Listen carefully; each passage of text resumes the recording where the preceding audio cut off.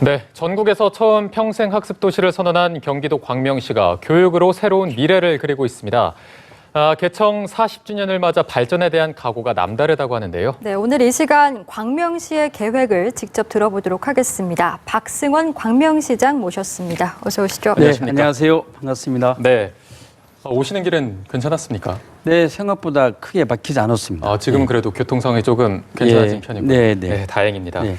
자, 이제 본격적으로 광명시 얘기를 좀 해보자면요. 보니까 지난해 광명시 대단했습니다. 이게 복지 분야 또 청년 정책 분야 각각 3관왕을 달성했습니다. 그야말로 정말 쾌거를 달성했다 이렇게 볼 수 있을 텐데 때문에 올해가 더 기대가 되는 것 같습니다. 올해 시정 운영 좀 어떤 방향으로 이끌어갈 계획이십니까?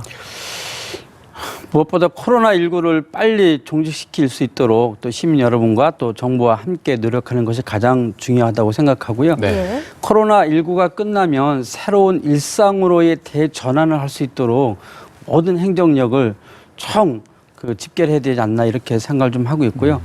코로나19 이후에 일상으로 돌아가는 가장 중요한 것은 경제 방역인 것 같습니다. 네. 그래서 우리 골목 경제 살리고 서민 경제 살릴 수 있는 데 우선적으로 집중하는 것이 가장 필요하다고 보고요. 그리고 기후 위기로 인해서 우리가 이런 어려운 시대를 맞이하게 됐잖아요. 그래서 미래 사회를 위해서 기후 위기 대응을 위한 여러 가지 지속 가능한 정책들을 준비하는 것이 가장 중요한 과제가 아닌가 이렇게 생각하고 있습니다. 네. 그 광명시에서 올해를 평생학습의 해로 지정을 하셨더라고요. 네. 특별한 이유라도 있을까요? 네. 위대한 도시는 위대한 시민이 만들고 위대한 시민은 평생 교육이 만든다는 얘기를 제가 한 게 아니고 어느 분이 하셨는데 굉장히 제가 좋아하는 말입니다. 우리 광명시가 1999년도에 대한민국에서는 최초로 평생학습 도시를 선언하고 작년에 장애인 평생학습 도시도 선언을 했습니다. 99년도에 평생학습 도시 선언할 때 제가 그 일을 좀 함께 했었는데요. 무엇보다 지금 시기에 평생학습이 또 중요한 시대가 아닌가 생각합니다. 코로나19 이후에 많은 분들이 일자리를 잃고 또 새로운 일자리를 만들어야 하기도 하고 새로운 일상으로 좀 돌아왔을 때 새로운 시대의 어떤 희망을 가지고 살아가야 하는데 그렇게 하기 위해서는 시민 모두에게 다시 한번 평생학습의 기회를 마련해 주는 것이 중요하다고 생각을 하고요. 거기에 발맞춰서 새로운 계획을 준비를 하고 있습니다. 무엇보다 중요한 것은 우리 시민들이 누구나 어디든지 학습할 수 있는 기회를 마련해 주는 게 필요한데요. 이제는 어디 와서 무조건 배우세요라기보다는 시민 스스로가 학습할 수 있는 기회가 더 중요하다고 생각하고요. 그래서 보편적 복지 차원에서 일정한 연령대의 시민들에게 평생학습 장학금을 지급해서 학습할 수 있는 기회를 좀 더 강화시키는 것이 중요하다고 생각하고 올해를 평생학습의 해로 지정을 해서요. 그러한 여러 가지 사업들을 좀 하려고 준비를 하고 있습니다. 광명에 폴텍 대학이 새롭게 좀 들어왔습니다. 그래서 폴텍 대학하고 맞춤형 취업 교육도 좀 강화하고요. 세계 평생학습 도시로 지정받기 위한 여러 가지 계획들을 좀 세우고 있는데요. 모든 시민들이 참여하는 학습을 통해서 새로운 희망과 일자리를 마련할 수 있도록 평생학습 교육 사업들을 많이 진행하려고 합니다. 네, 이렇게 말씀하시는 걸 쭉 들어보니까 광명시는 뭔가 미래에 초점을 둔 준비를 굉장히 좀 큰 틀에서 또 구체적으로도 하고 있는 것 같습니다. 또 보니까 광명형 뉴딜 이런 것도 추진하고 계시네요. 네, 지금 저희들한테 다음 세대에게 가장 중요한 것은 기후위기에 대응할 수 있는 지역 뉴딜을 어떻게 잘 준비하냐가 굉장히 중요한 문제인 것 같습니다. 그래서 디지털 뉴딜 그리고 사회적 뉴딜, 그린 뉴딜을 함께 종합적으로 추진하는 것이 굉장히 중요하다고 보고 있고요. 그래서 광명시는 기후 에너지과를 신설해서 2년 전부터 쭉 준비를 해오고 있었어요. 최근엔 기후 에너지 센터를 만들어서 거버넌스 사업들을 하고 있고 또 시민들이 모여서 햇빛 발전소를 만들었거든요. 이렇게 시와 시민과 함께 모여서 미래 사회를 새롭게 지속 가능 도시를 만들어갈 수 있는 지역의 새로운 뉴딜 정책을 마련해서 준비하고 있는데요. 저는 이렇게 하기 위해서는 많은 시민들이 함께 참여하고 교육 사업에 참여해야 된다고 생각해요. 그래서 에너지 컨설턴트를 많이 양성하려고 하는데요. 그분들이 바로 기후위기 의병이 돼서 학교에 가서 또 지역사회에서 교육하고 또 활동가로서 성장할 수 있는 그런 기반을 마련하는 것이 우선적으로 중요하다고 생각하고 있기 때문에 이런 지역 뉴딜 사업들을 적극적으로 하려고 준비를 좀 많이 하고 있습니다. 네. 네, 알겠습니다. 그리고 앞서서 경제 얘기도 해주셨지만 워낙 코로나19로 경제가 많이 어렵습니다. 특히 네. 이제 시민분들도 많이 힘드실 텐데 네. 어려워지신 시민분들을 위해서 여러 가지 계획 준비하고 계실 것 같습니다. 어떤 네. 계획들이 있으신지요? 중앙정부나 모든 지방정부가 다 함께 준비를 하고 있을 거라고 생각하는데요. 코로나19 이후에 어떻게든지 새로운 사회적 일자리를 준비하고 골목 경제를 살리는 것이 제일 중요하다고 생각합니다. 예. 그래서 저는 사회적 일자리를 좀 만들기 위해서요. 일자리 아이디어 공모전을 해서 오늘 또 그 심사를 좀 하고 왔거든요. 네네. 그래서 시와 공무원들이 다 참여해서 일자리 아이디어 공모를 해서 오늘 몇 개를 선정해서 그에 대한 보고도 좀 받고 왔는데요.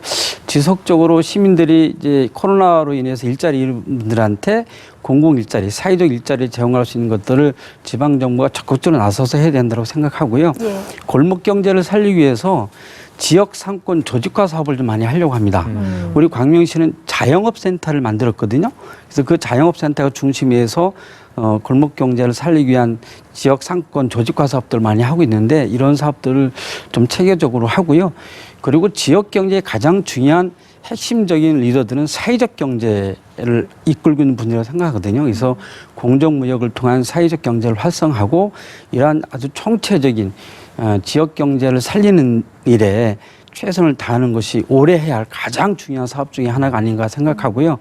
이번에 집합 금지하고 집합 제한 시설들에게 300만 원, 200만 원 지급하잖아요. 네네. 광명시도 100만 원씩 지급하기로 오늘 결정하고 이렇게 왔는데요. 예. 빠르게 지급해서 금액이 많지는 않지만 그분들한테 희망을 줄 수 있는 역할을 하는 것이 중요하다고 생각합니다. 네, 정부가 주는 지원금 외에 추가로 이제 광명시에서 네. 자체적으로 네. 100만 원까지 지급하는 방안까지 말씀해 주셨습니다.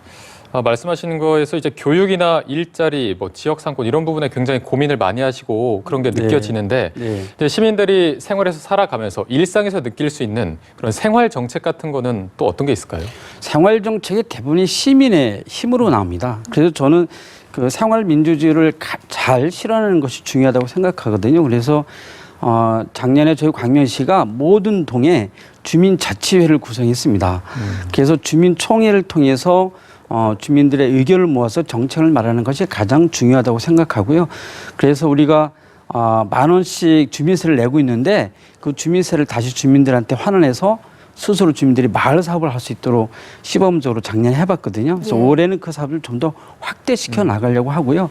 코로나19가 종식이 되면 다시 좀 모여서 500인 원탁 토론회도 좀 하면서 지역 주민들에게 가장 필요한 정책이 무엇인지 발굴하는 사업들을 하려고 하는데요.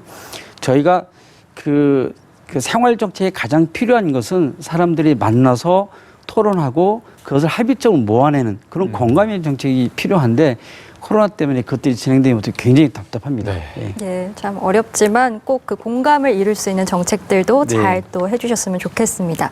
그리고 저희 시와 관련된 뉴스들 보다 보면 자족도시라는 말을 많이 보게 되는데 네.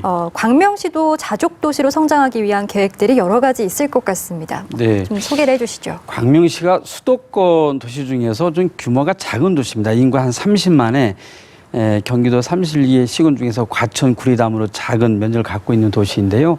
우리 지역에는 기아자동차 외에는 큰 기업이 없습니다. 근데 최근에 KTX 광명역 주변에 중앙대병을 비롯한 지식산업센터가 새로 생기고 있어서 이제 자족도시로 갈 수 있는 기반들이 마련되고 있는데요. 최근에 광명시흥 테크노밸리 74만 평을 개발하는데 거기에 첨단산업단지와 유통단지가 들어오거든요. 거기에 중소기업 중견기업과 강소기업을 유치하려고 준비를 하고 있습니다. 그리고 우리나라 100대 관광도시 중에 하나가 광명동굴이 있는데요. 그 앞에 또 약 17만 평의 관광 복합도시를 만드는 것들을 준비하고 있는데요. 이런 것들을 통해서 경제도시, 기업하기 좋은 도시를 만들기 위한 새로운 사업들을 진행하고 있는데 그렇게 하면 일자리도 많이 만들어지고 시민들이 좀 그 삶의 질을 높일 수 있는 그런 도시가 되지 않을까 싶은 생각을 갖고 있고요. 그런 경제도시, 자족도시의 기반을 만들어가기 위해서 정말 열심히 일하고 있습니다. 예. 네, 정말 많은 계획들을 네. 준비하고 계신 것 같습니다. 네. 자, 저희가 마지막으로 시청자 여러분 그리고 광명 시민께 마지막으로 한 말씀 부탁드리겠습니다. 네.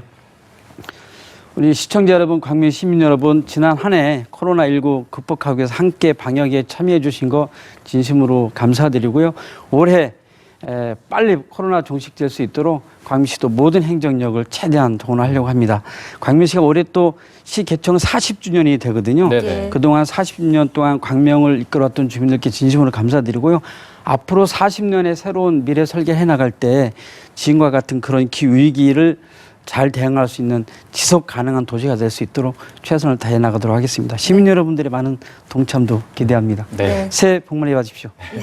계속해서 힘 많이 써주시길 바라겠습니다. 지금까지 박승원 광명시장과 함께했습니다. 네. 말씀 고맙습니다. 고맙습니다. 감사합니다.